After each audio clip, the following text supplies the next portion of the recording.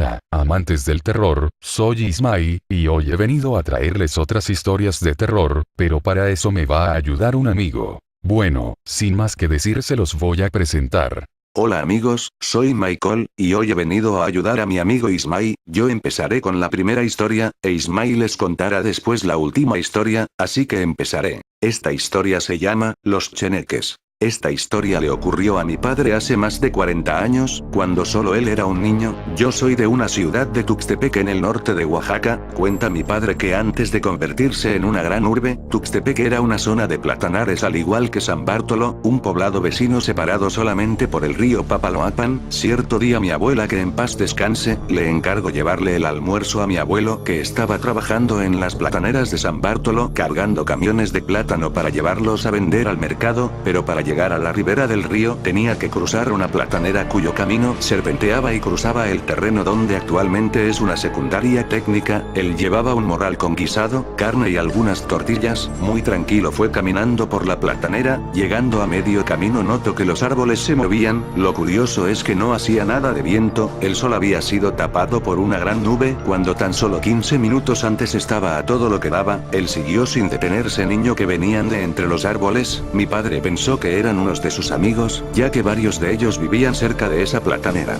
Siguió y a lo lejos vio la orilla del río, y de repente escuchó las risas otra vez, pero también vio como la cabeza de un niño se asomaba por la parte del medio de la cerca de alambre de púas. Mi papá lo describe como un niño de curtida piel morena, unos ojos grandes y de un negro brillante y cabello largo y enmarañado que parecía que se le hacía una especie de rasta. Sonriente lo miraba y mi padre, por más que quería ignorarlo, no podía. Le inquietaba pero a la vez le daba risa, y no era una risa ocasional, sino como si había visto algo realmente cómico. Ese niño de repente desapareció entre el monte y mi padre siguió su camino, pero como a 30 metros más adelante el mismo niño volvió a asomarse, pero en esta ocasión y para sorpresa de mi papá aparecieron dos niños más. Uno parecía una niña pequeña ya que su rostro tenía facciones más finas y su cabello era más largo. Mi padre siguió caminando y por fin llegó a la orilla del río, en una lancha. Mi padre fue hasta él y se apresuró a subir. En eso le preguntó el señor: ¿por qué volteas tanto, niño? A lo que mi padre le contestó inocentemente: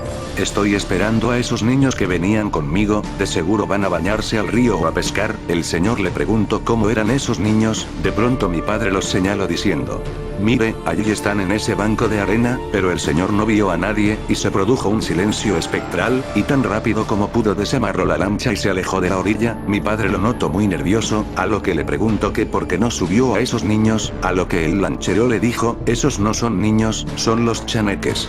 Al llegar a San Bartolo, mi abuelo lo esperaba muy molesto por la demora. Mi papá solo se le quedaba viendo con una expresión estupefacta. El lanchero se le acercó y habló con él, habló de lo que había pasado. Mi abuelo no lo creía, y lo mejor fue que mi papá se quedara a ayudarlo en la platanera. Ya a eso de las 6 de la tarde regresaron a la casa de mi abuela, montados en un carretón. Mi abuela estaba casi igual de molesta que mi abuelo en un principio, pero mi abuelo le explicó lo que le había pasado a mi papá. Ella, asombrada, se persignó y abrazó a mi papá. Desde ese momento mis abuelos decidieron que Tirso, el ahijado de mi abuela, fuera quien le dejara la comida a mi abuelo en el trabajo, ya que Tirso era unos 5 años mayor que mi papá y además sabía cómo evadir a estos seres infernales.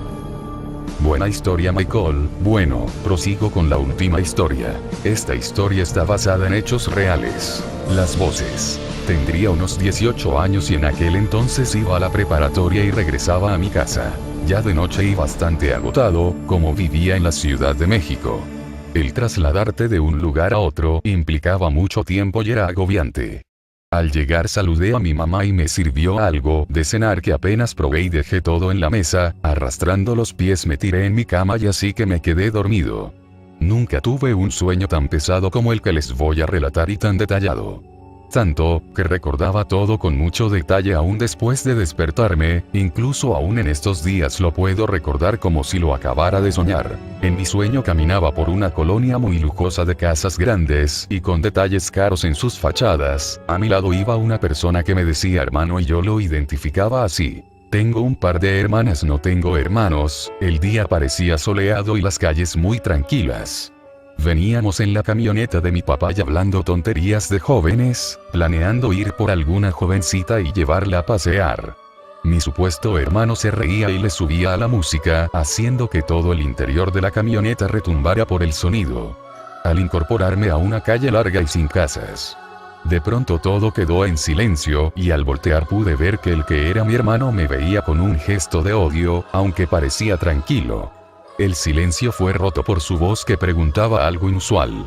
Jorge, desearía saber qué pasó con el maestro Carlos. En ese momento el clima soleado se tornó oscuro y nubes negras relampagueantes nos rodearon, los estruendos de los relámpagos parecían romper todo, y cuando la oscuridad se cernió sobre nosotros ya estaba en la calle, completamente solo, sin personas y el supuesto hermano. Sentí un terror profundo de verme rodeado por oscuridad y nubes relampagueantes. En eso mi entendimiento me sugirió algo que recuerdo perfectamente, sentí que estaba en el cuerpo de otra persona, sabía que era yo el que estaba parado ahí solo. Pero mi cuerpo era una especie de capullo que me rodeaba y al tratar de verme en algún reflejo me daba cuenta que no era mi rostro, ni mi cuerpo. En eso me preguntaba quién era, y una voz en mi cabeza decía, Carlos. En eso me sentí paralizado de ver que de entre las sombras del piso iban surgiendo unas figuras negras que vestían túnicas negras. Estas eran una sola pieza terminadas con una capucha puntiaguda que no tenían agujeros para los ojos. En total surgieron 6 figuras negras que solo estaban ahí paradas viéndome temblar de miedo. Cuando comenzaron a caminar velozmente hacia mí, la huida fue frenética y casi me daban alcance cuando se paró frente a mí una especie de camioneta, de donde surgieron otros encapuchados y me subían a ella con lujo de violencia, me golpearon y me dejaron sangrante. En tanto, me decían con una voz tranquila y melosa, no te preocupes, muy pronto estarás ante la presencia de Lucifer. El pánico en mí era tal que intentaba zafarme de todas las maneras posibles de su aprisionamiento. No sé cuánto tiempo pasó, pero en instantes ya estaba parado en un camino rodeado de velas negras que iluminaban un sendero que conducía a un jacal en donde había más encapuchados. Lo más inquietante eran esos gorros con punta que los hacían ver más siniestros.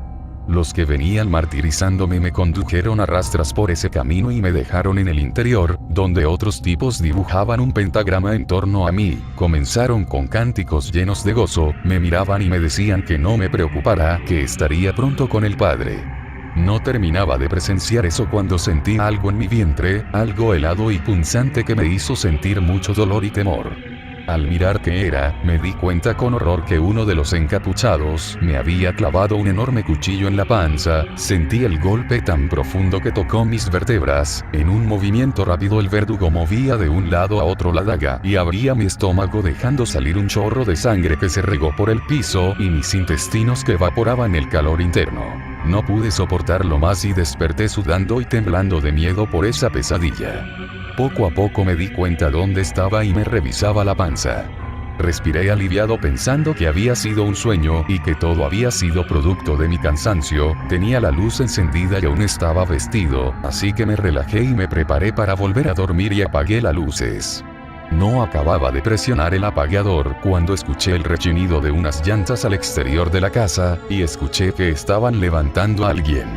Esa persona luchaba con fuerzas porque no lo metieran al vehículo, gritaba con terror y desesperación que lo ayudaran. Yo estaba paralizado sin poder moverme, deseaba observar, pero no quería que me vieran. Se escucharon golpes, aullidos de dolor y estruendos en las cortinas de los negocios que había por un lado de mi casa. Lo más inquietante fueron las voces. Eran unas voces roncas y estruendosas que parecían hablar en otro idioma, un lenguaje incomprensible con acento de Europa del Este. Todas hablaban al mismo tiempo haciendo aún más inquietante el momento. Cuando se dejaron de escuchar los ruidos y las malditas voces gritar, pasaron unos segundos. Yo con cautela me asomé a la ventana, y sentí la adrenalina correr cuando vi que los tipos que estaban levantando a una persona eran los encapuchados. Esos gorros negros en forma de cono sobre su cabeza eran inconfundibles. Pensé que aún soñaba. Pero la realidad me estampó en el rostro cuando metieron al hombre en el maletero y se subieron todos al vehículo, que era una van de color negro. Arrancaron e imprimieron velocidad y se perdieron en una avenida transitada. Luego de aquel momento extraño me senté en la cama a meditar sobre lo que había pasado y me acosté intentando dormir, pero no pude. Fue hasta que rayó la luz del sol que pude por fin dormir. Era sábado y me levanté ya por la tarde, mi mamá hacía de comer y me senté con ella contándole lo que había visto en la noche anterior. Ella dejó lo que hacía para decirme que también los había visto a esos tipos de negro raros, subiendo a un pobre hombre, pero le dio miedo. Era demasiada casualidad y por un momento pensé que el hombre que levantaron era el Carlos de mi sueño. La respuesta me llegó días después, al leer una nota de un diario de internet.